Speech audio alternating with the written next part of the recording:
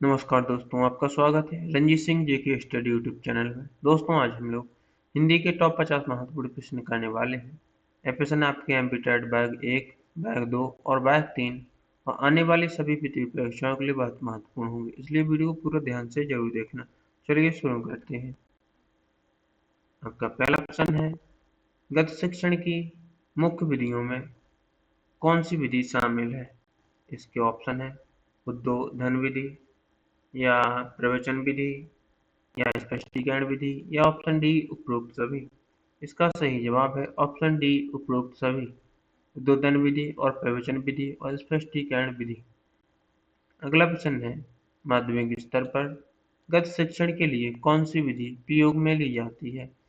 इसके ऑप्शन है अद्भुत विधि, या प्रवचन विधि, या स्पष्टीकरण विधि, या ऑप्शन डी उपरोक्त सभी। इसका सही जवाब है ऑप्शन डी उपरोक्त सभी। अगला प्रश्न है, अज्ञान शब्द का उचित तदभव रूप क्या होगा? इसके ऑप्शन है अजान, या अज्ञानी, या अज्ञाना, या अनजान। इसका सही जवाब है ऑप्शन ए अज्ञान। अज्ञान शब्द का उचित तदभव रूप अजान होगा। सही जवाब है ऑप्शन ए। अगला प्रश्न देखते हैं।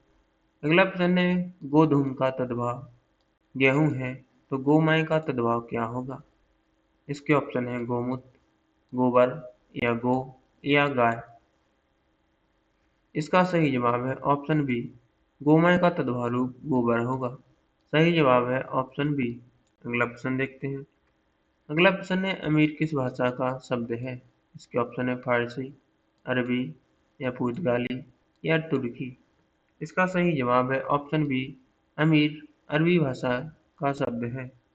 अगला प्रश्न है, बैंक किस भाषा का शब्द है? इसका सही जवाब होगा ऑप्शन सी, बैंक एक अंग्रेजी भाषा का शब्द है।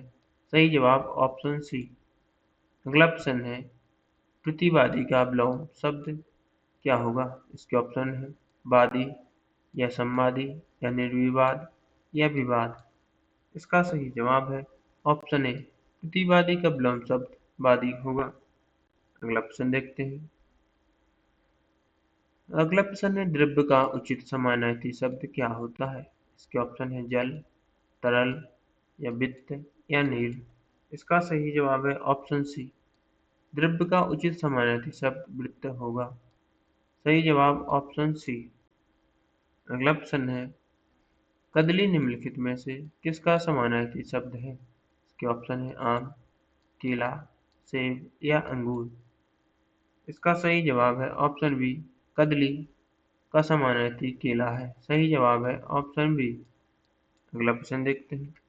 अगला प्रश्न है, जो आलोचना करता हो वाक्यांश के लिए एक शब्द क्या होगा? इसके ऑप्शन है आलोचक, निंदक, या दूरदर्शी, या छिंदानवेशी। जो आलोचना करता हो उसके लिए एक शब्द क्या होगा?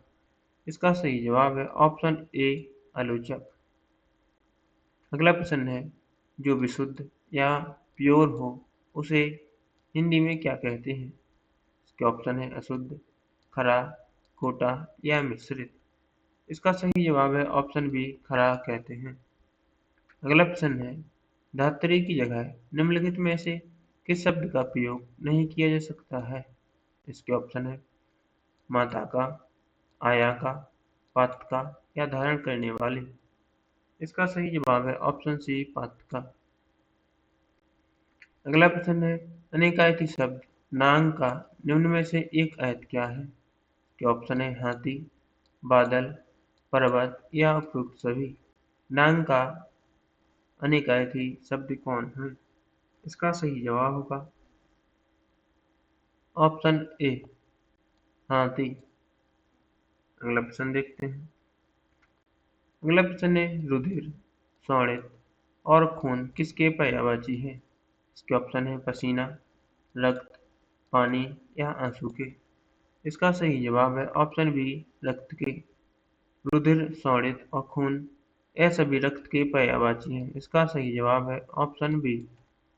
अगला प्रश्न है, आचार्य विश्वनाथ प्रसाद मिश्र द्वारा किए गए वर्गीकरण में बिहारी किस काव्यधारा के कवि माने जाते हैं? इसके ऑप्शन है रीतिबद्ध, रीति सिद्ध, या रीति मुक्त, या भक्ति काल के। इसका सही जवाब होगा ऑप्शन बी, रीति सिद्ध के। अगला प्रश्न है घनानंद, आलम, बोधा और ठाकुर किस काव्यधारा के कवि हैं? इसके ऑप्शन है रीतिबद्ध, रीति सिद्ध या रीति मुक्त या छायावाद के। इसका सही जवाब है ऑप्शन सी, यह कवि रीति मुक्त कवि है और इसका सही जवाब ऑप्शन सी। अगला प्रश्न है शिवाजी के दरबार में शिवराज भूषण गैंद की रचना किसने की थी? इसके ऑप्शन है केशवदास ने, देव ने या मतीराम ने या भूषण ने। शिवराज भूषण गैंद की रचना किसने की थी? इसका सही जवाब है ऑप्शन डी, भूषण ने। अगला प्रश्न है राजा छत्रसाल के सम्मान में छत्रसाल दशक की रचना किस कवि ने की थी? इसके ऑप्शन है घनानंद ने, भूषण ने या बोधा ने या ठाकुर ने। इसका सही जवाब ऑप्शन बी, भूषण ने। अगला प्रश्न है अमीर खुसरो का संबंध हिंदी साहित्य के किस काल से माना जाता है? इसके ऑप्शन है भक्ति काल से, रीतिकाल से या आदिकाल से या आधुनिक काल से। इसका सही जवाब होगा ऑप्शन सी, आदिकाल से। अमीर खुसरो का संबंध हिंदी साहित्य के आदिकाल से माना जाता है। इसका सही जवाब ऑप्शन सी। अगला प्रश्न है भारतेंदु हरिश्चंद्र का संबंध हिंदी साहित्य के किस काल से है? इसके ऑप्शन है आदिकाल से, भक्ति काल से या रीतिकाल से या आधुनिक काल से। इसका सही जवाब है ऑप्शन डी, भारतीय आधुनिक काल से। भारतेंदु हरिश्चंद्र का संबंध आधुनिक काल से है। सही जवाब है ऑप्शन डी। अगला प्रश्न देखते हैं। अगला प्रश्न है भक्ति काल के प्रमुख कवि तुलसीदास का जन्म किस वर्ष माना जाता है? इसका सही जवाब है ऑप्शन बी, 1532 में। भक्ति काल के प्रमुख कवि तुलसीदास का जन्म 1532 में माना जाता है। अगला प्रश्न है खड़ी बोली के प्रथम कवि अमीर खुसरो का जन्म किस वर्ष माना जाता है? इसका सही जवाब होगा ऑप्शन ए, 1360 ईस्वी में। अगला प्रश्न है हिंदी साहित्य के इतिहास में प्रारंभिक काल को आदिकाल नामकरण किसने दिया था? इसके ऑप्शन है option A, Acharya Ramchandra Shukla, option B है आचार्य हजारी प्रसाद द्विवेदी या ऑप्शन सी मिश्र बंधु या ऑप्शन डी रामकुमार वर्मा ने। इसका सही जवाब है ऑप्शन बी, आचार्य हजारी प्रसाद द्विवेदी ने प्रारंभिक काल को आदिकाल नाम दिया था। अगला प्रश्न है आचार्य रामचंद्र शुक्ल के अनुसार भक्ति काल की समय सीमा क्या है? इसका सही जवाब है ऑप्शन बी, 1375 से 1700 विक्रम संवत तक यह भक्ति काल की सीमा है आचार्य रामचंद्र शुक्ल के अनुसार। अगला प्रश्न है आचार्य रामचंद्र शुक्ल के अनुसार आधुनिक काल का आरंभ कब से माना जाता है? दोस्तों इसका सही जवाब है ऑप्शन डी, 1900 विक्रम से। अगला प्रश्न देखते हैं। दोस्तों वीडियो पसंद आया तो वीडियो को लाइक करें और चैनल को अवश्य सब्सक्राइब करें और अपने दोस्त के साथ शेयर जरूर करें। अगला प्रश्न है आदिकालीन रचना विजयपाल रासो के रचयिता कौन है? इसके ऑप्शन है जगनीक, दलपति विजय या नल सिंह या सारंगधर। इसका सही जवाब है ऑप्शन सी, नल सिंह। अगला प्रश्न है हम्मी रासो की रचना किस आदिकालीन कवि ने की है? इसके ऑप्शन है सारंगधर ने, नल सिंह ने या दलपति विजय ने या जगनीक ने। इसका सही जवाब है ऑप्शन ए, सारंगधर ने। हम्मी रासो की रचना सारंगधर ने की है। अगला प्रश्न देखते हैं। अगला प्रश्न है कृष्ण गीतावली के रचनाकार कौन है? इसके ऑप्शन है सूरदास, नंददास या मीराबाई या तुलसीदास। कृष्ण गीतावली के रचनाकार कौन है? इसका सही जवाब है ऑप्शन डी, तुलसीदास। सही जवाब ऑप्शन डी। अगला प्रश्न देखते हैं। अगला प्रश्न है पश्चिमी हिंदी की बोली हरियाणवी का दूसरा नाम क्या है? इसके ऑप्शन है कौरवी, बांगरू या ब्रजभाषा या कन्नौजी। पश्चिमी हिंदी की बोली हरियाणवी का दूसरा नाम क्या है? इसका सही जवाब है ऑप्शन बी, बांगरू। अगला प्रश्न देखते हैं। अगला प्रश्न है तैणी के संग तैणी तरल में उपरोक्त पंक्ति में कौन सा अलंकार प्रयुक्त हुआ है? इसके ऑप्शन है अनुप्रास, रूपक या यमक या श्लेष। इसका सही जवाब है ऑप्शन सी यमक। अगला प्रश्न है आपका बंटी, और यही सच है प्रसिद्ध रचनाओं की लेखिका कौन है? इसके ऑप्शन है महादेवी वर्मा, या मन्नू भंडारी, या मैत्री पुष्पा, या मृदुला गर्ग। इसका सही जवाब है ऑप्शन ए, यह महादेवी वर्मा है। आपका बंटी और यही सच की रचनाओं की लेखिका। अगला प्रश्न है चितकोबरा उपन्यास की लेखिका कौन है? इसके ऑप्शन है मृदुला गर्ग, मन्नू भंडारी, या चित्रा मुदगल, या महादेवी वर्मा। चितकोबरा उपन्यास की लेखिका कौन है? इसका सही जवाब है ऑप्शन ए, मृदुला गर्ग। अगला प्रश्न है मंदिर की नैतिकी और आलमगीर रचनाएं किस साहित्यकार की हैं? इसके ऑप्शन है हजारी प्रसाद द्विवेदी, या चतुर्सेन शास्त्री, या मुंशी प्रेमचंद, या जयशंकर प्रसाद की। इसका सही जवाब ऑप्शन बी, चतुर्सेन शास्त्री की।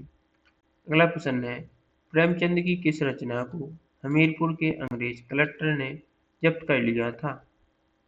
इसके ऑप्शन है गोदान को, या गबन को, या सोजे वतन को, या कैमभूमि को।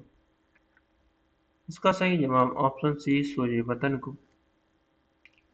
अगला प्रश्न है सोजे वतन का शाब्दिक अर्थ क्या होता है? इसका सही जवाब है ऑप्शन बी, देश का मातम। अगला प्रश्न देखते हैं। अगला प्रश्न है प्रेमचंद का मूल नाम क्या था? इसके ऑप्शन है नवाब राय, गुलाब राय, या मुंशी राय, या धनपत राय। प्रेमचंद का मूल नाम क्या था? इसका सही जवाब है ऑप्शन डी, धनपत राय था। अगला प्रश्न है राजा भोज का सपना रचना के लेखक कौन है? इसके ऑप्शन है राजा लक्ष्मण सिंह, या शिव प्रसाद सितारे हिंद, या भरतेंदु हरिश्चंद्र, या बालकृष्ण भट्ट। इसका सही जवाब है ऑप्शन बी, शिव प्रसाद सितारे हिंद। अगला प्रश्न है मानव धर्म सार किसकी प्रसिद्ध रचना है? इसके ऑप्शन है महावीर प्रसाद द्विवेदी, या शिव प्रसाद सितारे हिंद की, या राजा लक्ष्मण सिंह की, या राजा आचार्य रामचंद्र शुक्ल की। मानव धर्मसार किसकी प्रसिद्ध रचना है? इसका सही जवाब है ऑप्शन बी, शिव प्रसाद सितारे हिंद की।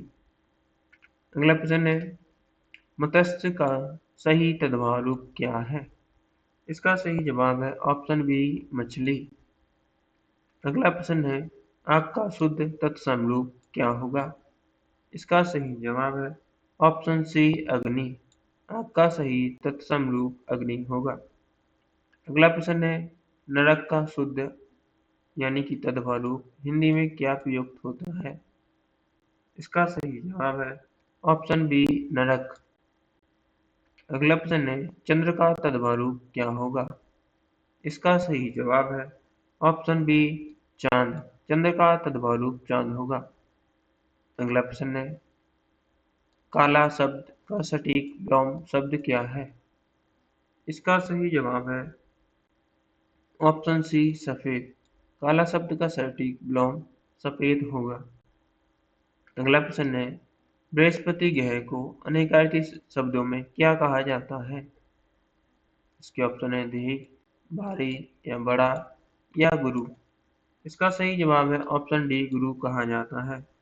अगला प्रश्न है शत्रु, बैरी, दुश्मन, अमित्र, यह सभी किसके समानार्थी हैं? इसका सही जवाब है ऑप्शन बी, रिपु के। अगला प्रश्न है जूता किस प्रकार का शब्द है? तत्सम है, तद्भव है, देशज है, या विदेशज है। जूता किस प्रकार का शब्द है? इसका सही जवाब ऑप्शन सी, देशज है। अगला प्रश्न है काजू और संतरा किस विदेशी भाषा के शब्द हैं? इसके ऑप्शन है अरबी, पुर्तगाली, फारसी, या जापानी। इसका सही जवाब है ऑप्शन बी, यह पुर्तगाली शब्द हैं काजू और संतरा। अगला प्रश्न है मीठी छुरी मुहावरे का सही अर्थ क्या है?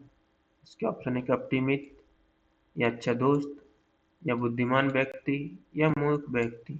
मीठी छुरी मुहावरे का सही अर्थ क्या होगा? इसका सही जवाब है ऑप्शन ए, कपटी दोस्त। अगला प्रश्न देखते हैं। अगला प्रश्न है इस प्रणाली में व्याकरण के नियमों का ज्ञान कराए बिना भाषा के शुद्ध रूप का अनुकरण करने का अवसर प्रदान किया जाता है, यह कौन सी विधि है? इसका सही जवाब है ऑप्शन सी भाषा संचयक विधि। अगला प्रश्न है कविता शिक्षण का मुख्य उद्देश्य, उसमें निहित रसानुभूति या क्या कराना होता है। इसका सही जवाब है ऑप्शन बी सौंदर्यानुभूति। दोस्तों वीडियो पसंद आए तो वीडियो को लाइक करें, अपने दोस्तों के साथ शेयर जरूर करें और चैनल को अवश्य सब्सक्राइब जरूर करें। और आप लोगों को कमेंट करके बताना है कि आप लोगों को 50 प्रश्न हुए थे, कितने प्रश्नों का जवाब पहले से पता था। मिलते हैं अगली क्लास में। वीडियो देखने के लिए धन्यवाद।